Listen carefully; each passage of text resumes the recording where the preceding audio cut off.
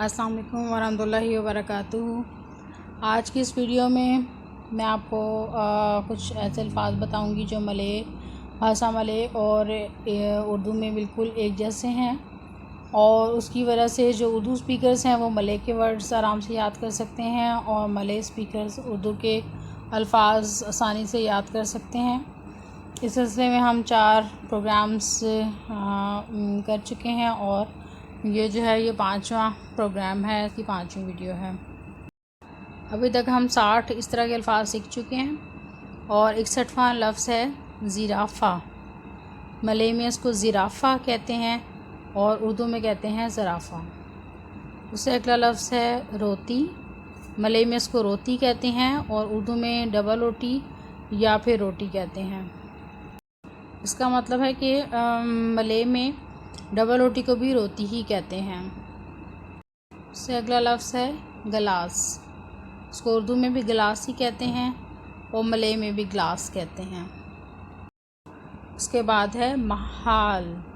महाल इसको इसका मतलब उर्दू में महंगा होता है, लेकिन इसका ये मतलब भी हम इससे याद कर सकते हैं कि जिस चीज़ को ख़रीदना मुश्किल हो, यानी महाल। महाल का मतलब उर्दू में मुश्किल होता है और मलय में इसका मतलब होता है महंगा।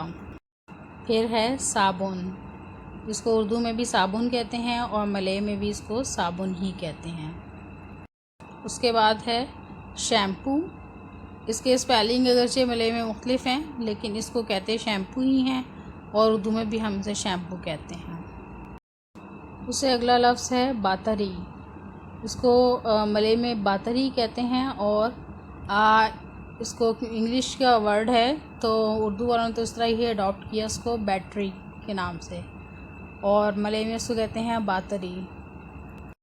फिर पेन है, जिसको मलय में भी पेन ही कहते हैं और उर्दू में भी पेन कहते हैं, या फिर बाज़ दफ़ा इसको कलम भी कहते हैं। इससे अगला लफ्ज़ है अलमारी। इसको मलय में कहते हैं अलमारी और हम उर्दू में कहते हैं अलमारी। उसके बाद उससे अगला लफ्ज़ जो है उसको मलय में फ़लसफ़ा कहते हैं और उर्दू में फ़लसफ़ा कहते हैं।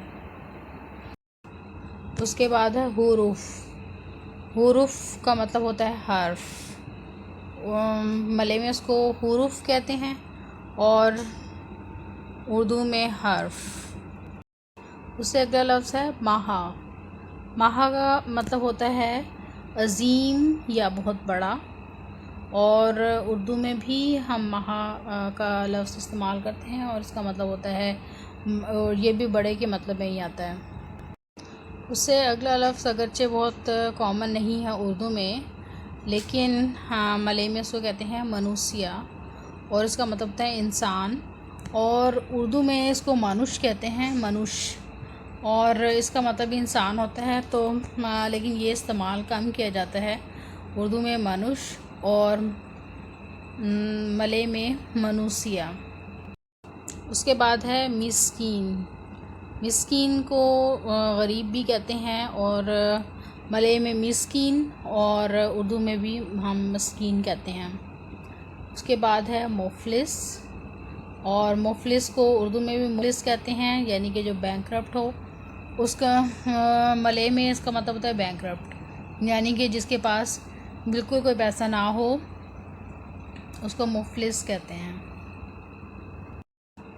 उम्मीद है ये वीडियो आपको पसंद आई होगी और इससे आपकी इन्फॉर्मेशन में, नॉलेज में काफ़ी इजाफा हुआ होगा।